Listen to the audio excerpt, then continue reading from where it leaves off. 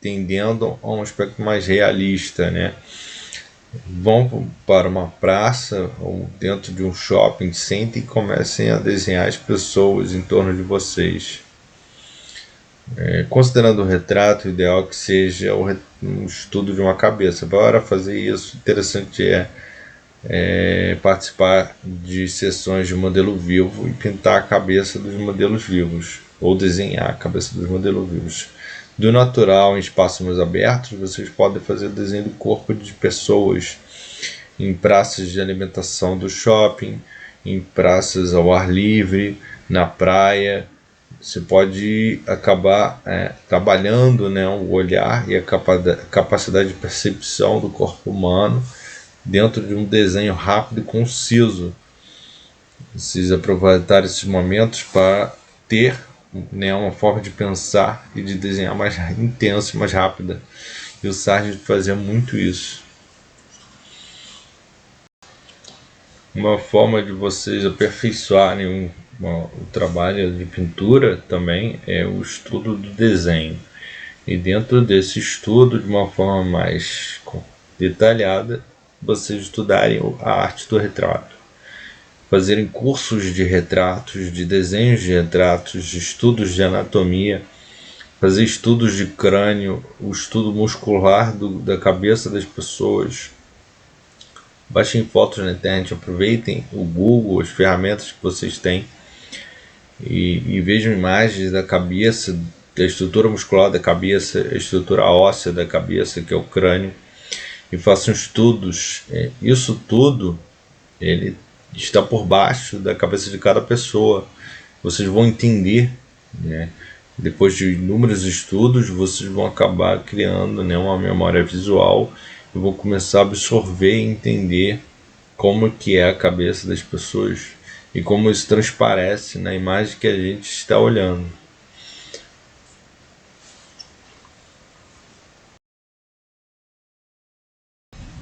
Então, pessoal, eu recomendo que vocês façam estudos como nessa imagem que eu coloquei à esquerda, que é a famosa Madame X, um retrato famoso executado pelo Sargent. Esse é um estudo em claro escuro que eu recomendo que vocês façam. É importante fazer para a construção desse retrato alguns estudos em claro escuro no caderno.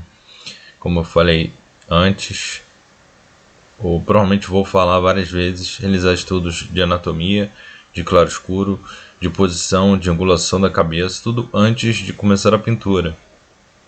Esse aqui é um estudo claro escuro que também, essa cabeça também pode ser feita. Essa cabeça pode ser feita também em carvão. Usar o carvão, e ele é bem maleável. Se vocês souberem usar, vocês podem usar os dedos ou os fuminhos. Como é um material maleável, lembra muito um claro escuro construído através da pintura.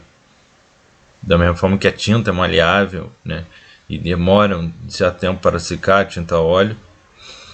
O carvão ele vai permitir, vai dar essa maleabilidade, e você pode apagar, tirar, manchar.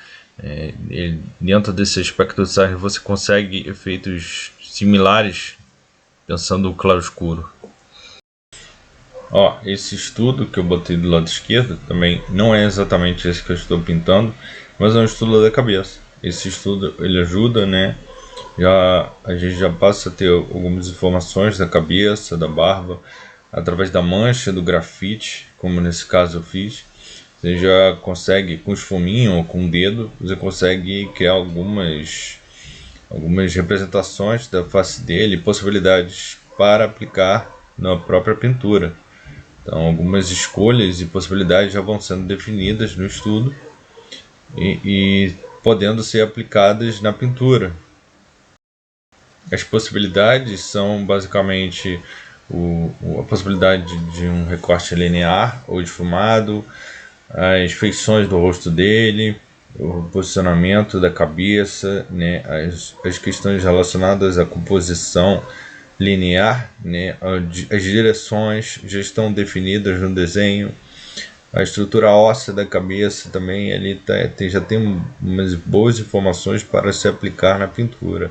Então todo estudo ele tem um certo proveito ele tem que ter também um objetivo realizar o estudo, não fazer apenas por fazer, mas fazer estudo de direções, fazer estudo mais anatômico, fazer esse sim mais definido, mais finalizado,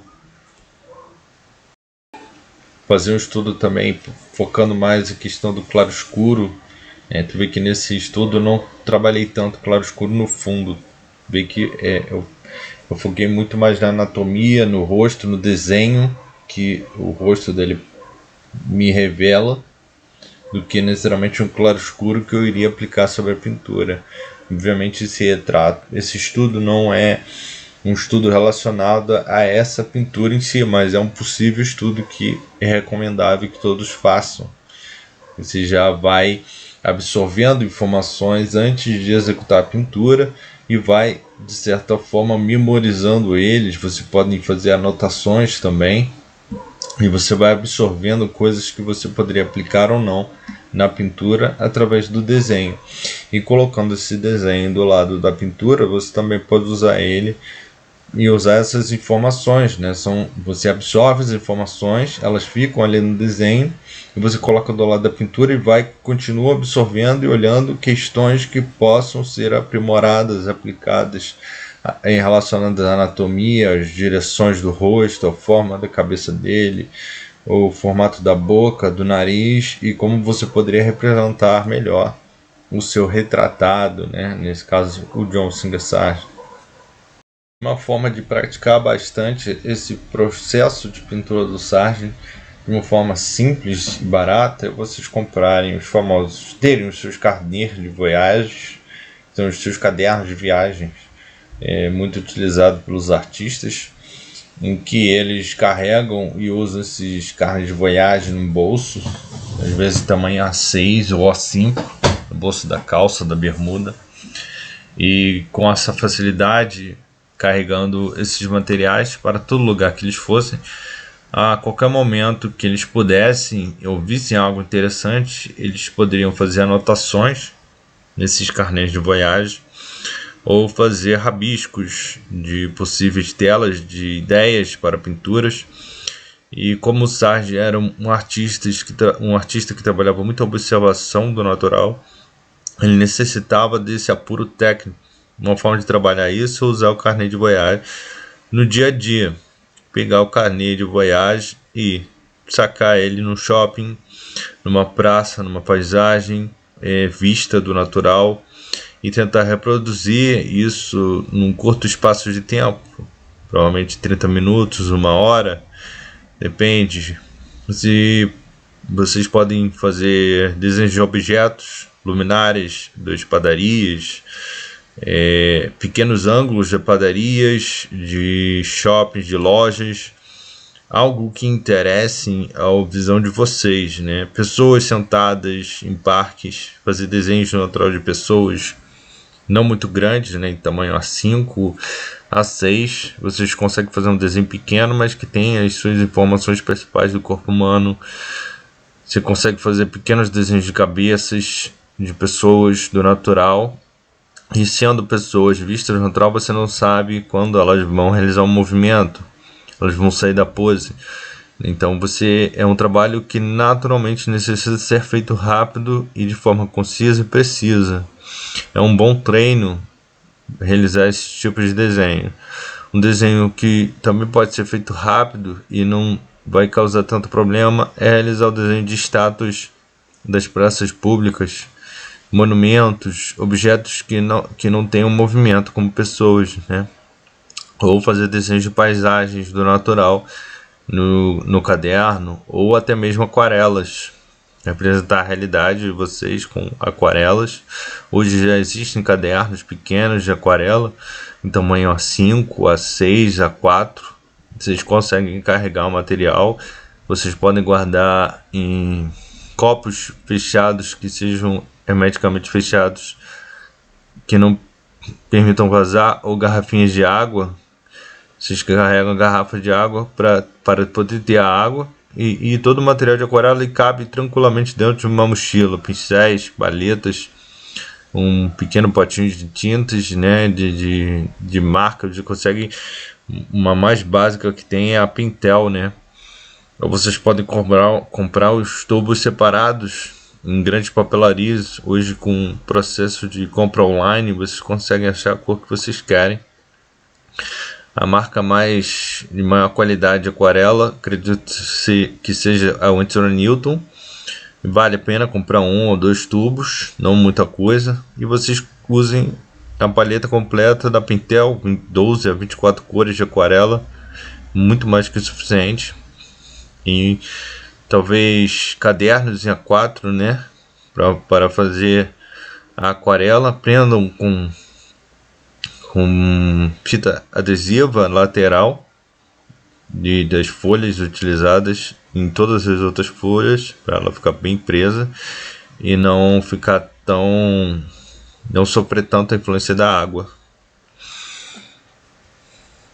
Com a aquarela vocês podem ter muitos dos resultados da pintura, estudar esses resultados da realidade de forma precisa e vir a entender o que era o pensamento do Sargent, né? As aquarelas dele têm uma relação íntima com a sua própria pintura, porque através da relação cromática ele obtinha os contrastes, e através dos contrastes você gera forma. Entendendo a paleta cromática, entendendo as relações cromáticas, os contrastes cromáticos você pode criar através das complementares, das secundárias e das primárias. Você vai entender como criar forma através da cor. Apesar de que Sargent usava muito a paleta terrosa mais para os retratos, esse estudo de aquarela vai te permitir criar de forma rápida a realidade, que é um dos princípios do Sargent, é repintar a realidade, o seu entorno. Além disso, a criação de aquarelas ou croquis do natural com grafite também vai te dar vai te tirar essa sua tranquilidade de criar as obras com muita calma em muitas sessões, com muitas interrupções. Vocês vão perceber que do natural vocês não podem perder muito tempo, vocês não podem ficar conversando com as pessoas, vocês têm que prestar atenção no objeto a ser representado e fazê-lo até terminá-lo. Esse é o objetivo do croquis. A expressividade realizada através de um desenho rápido, conciso, em que vocês procurem representar algo finalizado, né? Que é o croquis? O croquis é uma representação finalizada de uma composição, de uma criação do artista, feita com esmero, com qualidade, pensando a composição, o claroscuro, a cor, mas sem ser sendo um trabalho realizado em um período do dia, né? Não é um trabalho executado por etapas em que você vai ficar apagando e refazendo áreas e mais áreas. Ele procura ter esse refino na criação de uma vez só. A pintura do Sargent também tem uma relação muito íntima com isso, e esse exercício de aquarela e croquis do natural vai permitir que vocês criem sem ficar pensando muito no objeto, sem perder, né, o preciosismo de querer fazer perfeito, né? A perfeição que o Sargent procura é através do treino, da execução exercida de inúmeras vezes, através do foco dos princípios da pintura, né, dos conceitos e formas da pintura e do desenho, e o domínio desses conceitos. É que nesse momento valorizava muito a criação de estudos. Todos os seus retratos ele fazia estudos, seja através do grafite ou através da tinta a óleo. O que ele provavelmente deveria fazer é estudos da cabeça e estudos de partes do corpo, né, mãos ou partes mais importantes, né? Cabeça e mãos apareciam muito em seus retratos. Deviam ser estudos. Ele deveria realmente fazer estudos muito mais estudos dessas áreas. Mas os vestidos eles eram feitos com muito esmero também, né? Acredito que é possível fazer estudos por partes, né? Fazer um estudo só da cabeça, um estudo só das mãos, o estudo dos sapatos das pessoas a serem representadas, né? Quanto mais estudos vocês fizerem, melhor. E o Sargent Segundo os estudos, né, que são registrados, os livros que registram o processo de pintura, ele não economizava tempo em realizar estudos para executar o retrato da melhor maneira possível. E é possível fazer inúmeros estudos de aquarela para possíveis cores, estudos de anatomia, estudos de claroscuro da composição geral, como que essa luz vai se permear pelo espaço, pelo retratado, né? Estudo do posicionamento das figuras. Imagina fazer um retrato de uma família com 5, 6, 7 membros, né? 4 pessoas, 3 pessoas. Você tem que articular essas pessoas entre si, trabalhar essa composição, o posicionamento delas, quem vem primeiro, quem vem depois, né? Então, esses estudos do Sartre, ele ia decidindo, escolhendo, e isso permitia que ele economizasse bastante tempo. Sartre também era um apreciador do modelo vivo. Acredito que ele estudou o modelo vivo em inúmeros momentos da carreira. A prática do modelo vivo é algo importante, principalmente para um artista acadêmico como ele. É uma prática em que ele mantém, né, a firmeza e o conhecimento do estudo anatômico, né? E não adianta só saber, tem que praticar, né? Você tem que estar com a mão calibrada, com a visão calibrada, né? Isso você só consegue praticando, fazendo inúmeras e inúmeras vezes, né? Então, acredito eu que ele fizesse estudos de modelo vivo, desenhasse pessoas, arrumasse pessoas para posar para ele, de tempos em tempos estudasse, né, o nu masculino, no feminino, para obter essa noção, né, melhor do corpo humano. E quanto melhor essa noção, mais vocês vão entender como representar esse corpo, mesmo que com roupas, ajuda bastante. Vai permitir um conhecimento estrutural do corpo humano, do posicionamento do corpo, dos braços, do peitoral, do tórax, como das curvas da coluna. Tudo isso, o estudo anatômico vai dar noção, né? E a cabeça, né?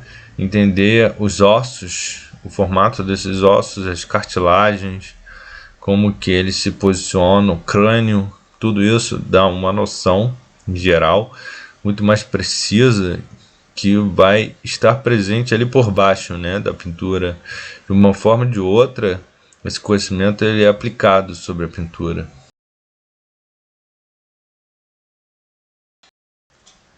É muito conhecido nessa coisa de que o artista tem que baixar um espírito, baixar ele tem que entrar num transe e ele precisa experimentar algo para entrar e fluir de forma diferente e chamar a atenção. Aqui é um trabalho, um processo completamente diferente. Não há necessidade de levar em consideração esse tipo de afirmação. Assim, eu respeito quem acha que é necessário, tudo bem, mas aqui é uma pintura que precisa de calma, de entendimento, de estudo, como eu falei, realização de vários estudos anatômicos, da estrutura da cabeça dele, desenho, estudo linear, estudo de claroscuro, uma análise sucinta dos livros que falam sobre o processo de pintura do Sartre. Quanto mais livros ler, melhor, porque cada livro passa uma informação diferente que vocês podem vir a entender como o artista produzia, né? Não é só um livro-chave que fala do processo de pintura quando ele pegava no pincel, né? A forma com que ele via a vida é importante, o que ele prezava era importante. Então, entender que ele tinha uma análise da realidade, um respeito à realidade e ao seu entorno, que vinha desde a infância. Se ler nos livros, vai ver que ele executava com maestria desenhos de paisagens do natural, com 15 anos de idade, 16 anos de idade, com trabalhos que você pensaria vir de um aluno formado pela Escola de Belas Artes com 25 anos. Ele já tinha uma maestria além do normal. Mas E isso não é para alimentar a fenomenologia de que ele fosse alguém além do normal e que a pintura ela só ocorre de forma bem feita porque algumas pessoas têm um dom. Não é questão, não é essa. Ele, com 12 anos de idade, ele começou a praticar. Com 10 anos de idade, ele começou a pintar e desenhar. Por mais que viessem trabalhos extraordinários nesse período, ele começou naquela idade e não parou. Ele produzia com uma consistência, com um amor à arte. E ele era profissional, mesmo sem ter 18 anos, fora da fase adulta, adolescente, ele já talvez fosse alguém com pensamento completamente profissional. Ele era profissional. E o profissional da arte, ele precisa praticar, ele precisa estudar, ele precisa ler livros, ele precisa entender do mundo.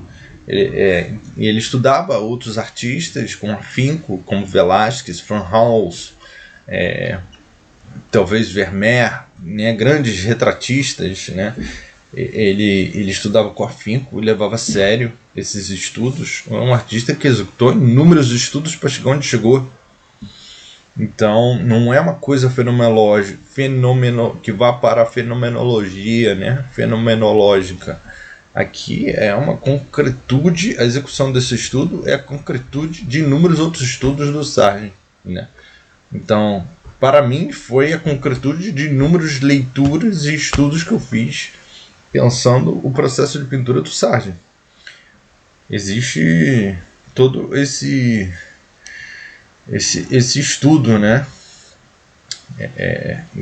Então a gente tem que levar em consideração que deve-se praticar muito, deve-se realizar muitos estudos, deve-se entender a realidade, ver a realidade com calma, de uma forma mais formal, né? Considerando pintura realista, você exige uma formalidade, né? O que são os aspectos formais? São os aspectos formais de construção de uma imagem, de uma figura, de uma pintura. Você tem livros que falam sobre isso. O principal deles talvez seja o Wolfling, principais fundamentos.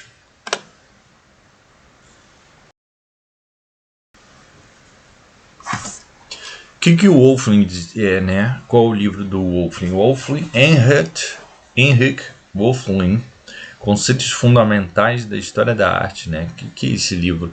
Ele cita conceitos até então estudados por ele. Ele é um estudioso bem antigo, mas ele já vinha formulando esse estudo acerca dos conceitos que regem uma pintura em toda a sua parte formal, né? E isso leva ao conceito, ao pensamento de composição, né? Ele vai analisar as obras dentro do aspecto linear, pictórico, comparar o que é um linear e o pictórico, a obra aberta, a obra fechada, né? A obra desfocada e linear, né? O pictórico e o linear de uma forma geral, e comparar artistas até então que existiam como referência para estudar esses conceitos mais formais da pintura. E o Sargent leva muito em consideração esses conceitos, esses elementos. Esse livro é importante de ler, até mesmo para entender um pouco mais do pensamento do Sargent, né?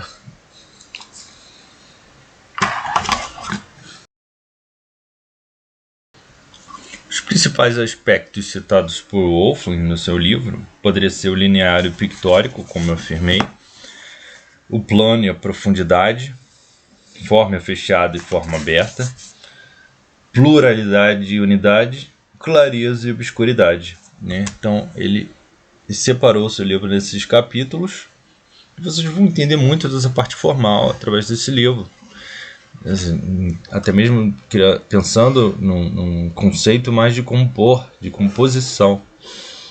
Então o Sargent também era um artista que fazia composições. Dentro da sua pintura realista, ele tinha que compor, ele tinha que entender quais eram as melhores cores para aplicar nas narinas, na orelha, né? São áreas que têm mais vasos de sangue, ou seja, são mais avermelhados. Em torno dos olhos também são mais avermelhados, com mais circulação sanguínea, são mais irrigados de sangue. como artista, ele tem que entender isso e ele vai entender, ele vai trabalhar esse aspecto, né, com a parte mais formal da composição, entender que ali vai ter um pouco mais de vermelho, então aquilo vai ter uma relação de alguma forma com a luz que vai bater na cabeça, né, independente do que acontecer, nas narinas, na boca, nos olhos e na orelha vão ter mais avermelhados. Que vermelho ele vai colocar ali? Isso são elementos de composição que ele já vai talvez virando um padrão para ele. E o livro Conceitos Fundamentais da História da Arte, ele abre a mente para diversas questões. Aqui a gente tem apenas um retrato individual, mas se você pensar em retratos coletivos, você tem que compor, você tem que criar movimento. É interessante criar movimento, pessoas prestes a realizar movimentos, pessoas paradas, pessoas que não estão olhando para o espectador. Então é bom que a obra represente um momento, né? Leonardo da Vinci já pensava assim em seu período, ele já pensava, ele já conseguiu fluir esse pensamento além do período dele, ele já pensava isso. Ele entendia que qualquer representação de qualquer história, qualquer quadro que houvesse pessoas, seria muito mais natural que essas pessoas estivessem prestes a realizar um movimento, a fazer algo. Então, o próprio Leonardo da Vinci, se você pesquisar em biografias do Leonardo da Vinci, como do Walter Isaacson, Leonardo da Vinci, de Walter Isaacson, vocês vão perceber, tem capítulos, tem partes que ele cita que o Leonardo da Vinci era um estudioso e realizava muitos croquis. Ele era um estudioso de croquis, um estudioso de representações naturais de pessoas. Ele ia para a rua representar as pessoas, fazer desenhos. Mesmo que não fosse para a rua, talvez trouxesse para o seu ateliê as pessoas e pedisse para eles, talvez, pararem por um momento enquanto bebiam uma água, enquanto riam ou conversassem. Ele gostava de fazer croquis dessas pessoas rindo, realizando esses movimentos espontâneos, né? O retrato, ele acerca essa questão da espontaneidade. A gente não está fazendo uma estátua, não uma estátua de pedra. Essa pessoa, ela tem que ter uma naturalidade, uma essência, uma pureza, né, de vida. O que é a vida? É o movimento, é o constante mudar, se alterar. As pessoas se movimentam, o corpo se movimenta, os braços, as pernas, ela ri, estufa o peito, entra ar, sai ar. Então, como é que essa pessoa vai ser representada, né? E o Leonardo da Vinci já via essa instantaneidade como algo muito natural da representação do ser humano. O Sargent naturalmente começou a pensar essa questão também, né? A sua pintura não era por qualquer motivo rápida e as pinceladas feitas, né, com essa destreza, era porque ele via que as pessoas, elas iam mudar de rosto, a visão, o rosto, o sorriso no dia seguinte, né? Então tem um sentido que ele fosse instantâneo, né? Imagina você tentar pintar um retrato de uma pessoa durante 6 meses, né? Então eu acho que tem muito mais sentido você fazer rápido, porque você vai absorver daquilo que a pessoa está passando naquele momento, seja felicidade ou tristeza ou qualquer tipo de outra emoção. Então a instantaneidade, ela vai revelar talvez muito mais essência dentro dessa visão de arte do que representar durante longos meses e buscando apenas uma ideia, né? E uma ideia que o artista vai perceber que vai mudar o tempo inteiro, então ele vai ter que escolher, né? Então essa instantaneidade, para mim revela muito mais realismo, né? E o Sargent via a arte dessa forma, o realismo, essa realidade que ele queria representar era muito mais, ele precisava ser instantânea para ser verdadeira. Importante, né? Então, de certa forma, a pintura, ela exige também uma certa simplificação.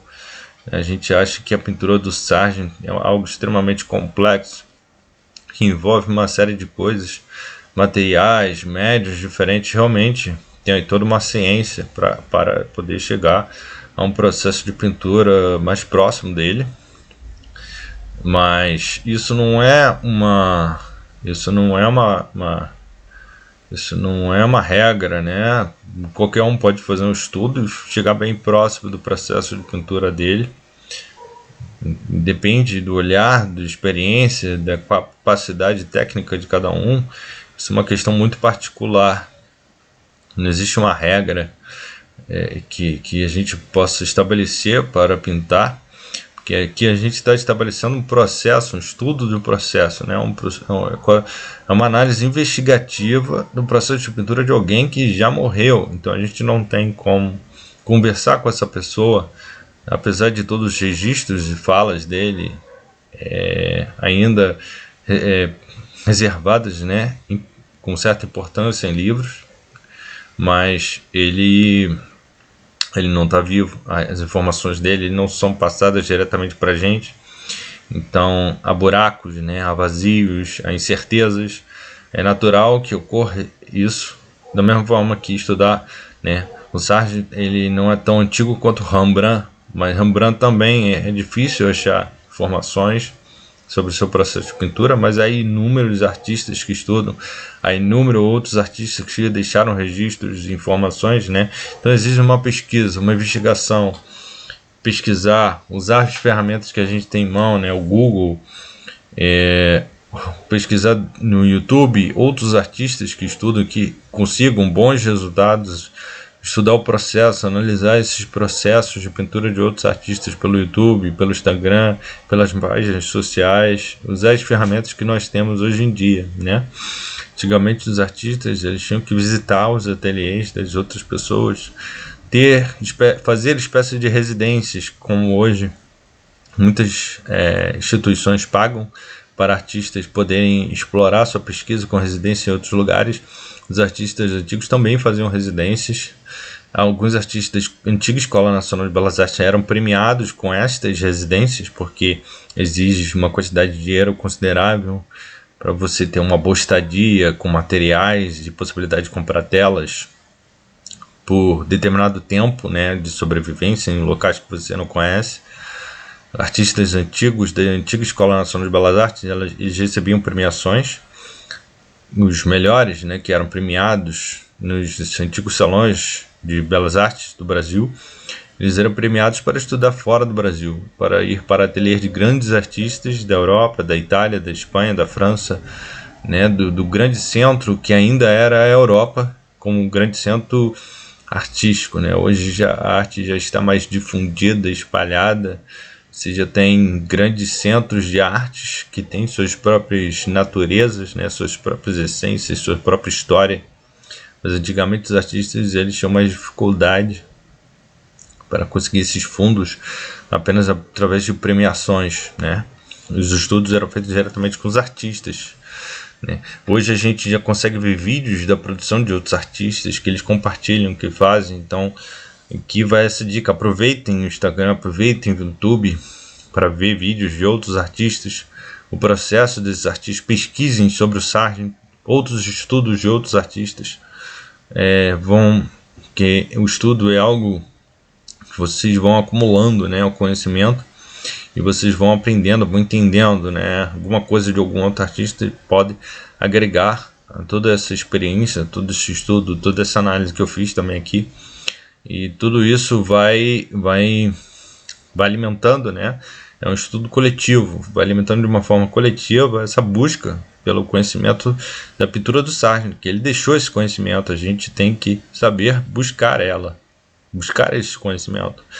Todos os artistas que já faleceram, eles deixaram conhecimento, eles deixaram riqueza, a riqueza da produção deles. A gente tem que saber valorizar esses artistas, buscar essas informações, estudar elas, respeitar suas falas, livros, processos estabelecidos, tentar fazer parecido, entender que faz parte como estudo. E também lembrar que como artistas, cada um tem que ter sua essência, ter seu estilo, sua forma de pintar, sua forma de ver o mundo. Você pode respeitar outro artista, estudar muito ele, mas você pode não concordar com determinados parâmetros dele, né? Eu estudo muito o artista, o Sargent, mas isso não significa que eu siga todas as suas regras, que eu siga de pé, que todas as minhas pinturas sempre vão levar em consideração todas as suas análises dentro desse estudo que eu fiz agora. Eu faço experimentações, eu abro sessões, eu já fiz pinturas de abstrato, já fiz dripping, já trabalhei da mesma forma que ele trabalha com aquarela. Fiz muita aquarela do natural, mas também fiz muito dripping com aquarela, abstratos com aquarela e guache. A gente vai aprendendo a usar outros materiais também, saindo da pintura a óleo, né? Tudo é viável hoje em dia. Não há necessidade de ficar tão preso, né? E saber aproveitar esse conhecimento absorvido do Sargent, saber aplicar ele nas suas próprias pinturas, né? Criando concessões, criando variações de técnicas e procedimentos de pintura numa mesma pintura, né?